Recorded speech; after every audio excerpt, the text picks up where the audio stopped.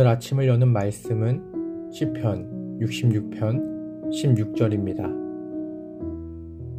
하나님을 두려워하는 너희들아 다 와서 들으라.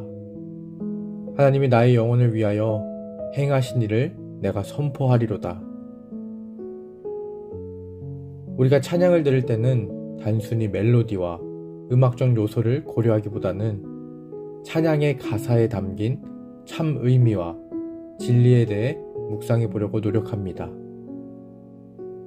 그렇게 찬양을 들으며 깊이 묵상하다 보면 찬양이 누구를 향하고 있는지 알 수 있는데 그것은 바로 하나님입니다. 그 하나님을 향해 경배를 올려드리는 것, 이것이 바로 찬양입니다. 그래서 우리가 함께 찬양하는 것은 음악을 즐기는 것이 아닌 하나님을 경배하는 자리로 초대하는 것입니다. 함께 살펴본 시편 66편 16절에서 하나님을 경외하는 자, 하나님께 두려움을 느끼는 자들은 나의 선포, 곧 우리의 선포를 와서 들으라 말합니다. 인도자는 지금 초청을 하는데 그가 초청하는 이는 하나님을 두려워하는 사람들입니다. 여기서 두려워하다는 3절과 5절에 어미하다와 같은 뜻을 지닌 야레를 사용합니다. 이 야레는 두려움, 경외감, 이러한 뜻을 가지고 있습니다. 그래서 지금 인도자는 하나님께 두려움과 경외감을 느끼는 자들을 초대하고 있는 것입니다. 왜냐하면 하나님을 두려워하며 경외하는 자들이 이 믿음의 고백을 이해할 수 있기 때문입니다. 그 이해를 통해 온전히 하나님을 찬양할 수 있기 때문입니다. 그래서 그들은 찬양의 자리로 초대합니다. 이 찬양의 자리, 하나님을 찬송하는 자리에는 아무나 나올 수 없습니다. 먼저 찬양하기 위해서는 하나님을 두려워하는 자로서 서 있어야 할 것입니다.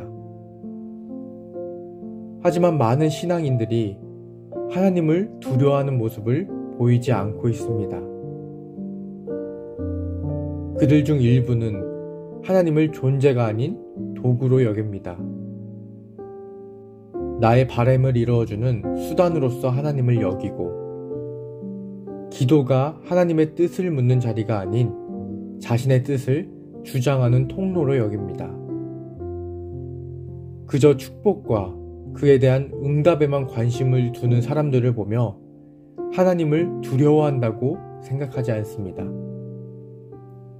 또 하나님의 말씀보다 자신의 생각을 우선시하는 사람들이 있습니다.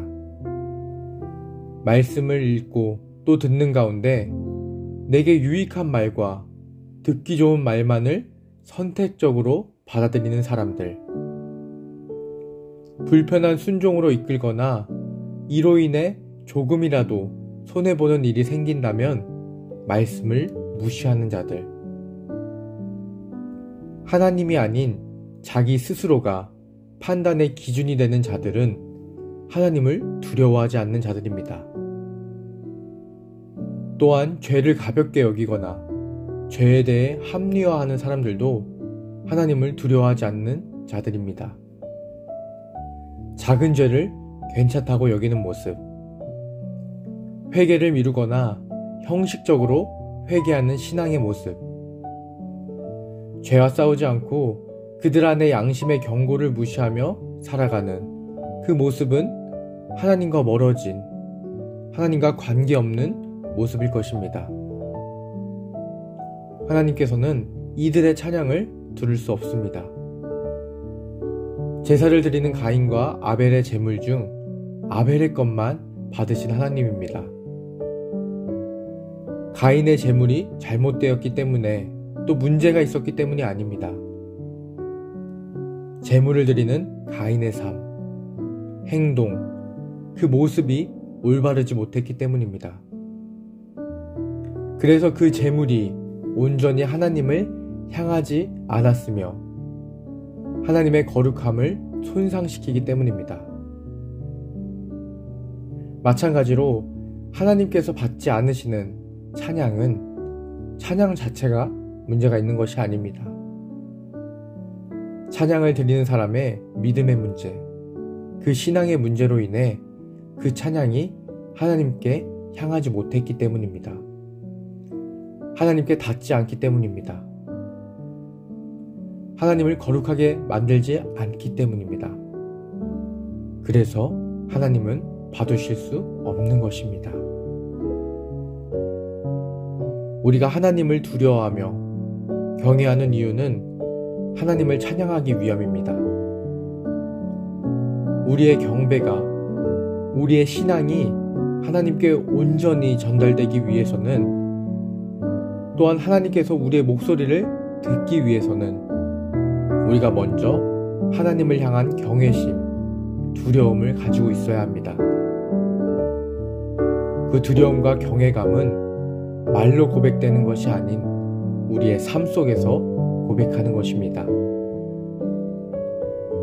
우리의 삶이 어미하신 하나님을 드러내는, 증거하는 삶이 될 수 있도록 오늘 주어진 하루를 두려움 가운데 살아가시기를 바랍니다. 그래서 우리의 찬양이 온전히 상달되어 하나님을 기쁘시게 하기를 소망합니다.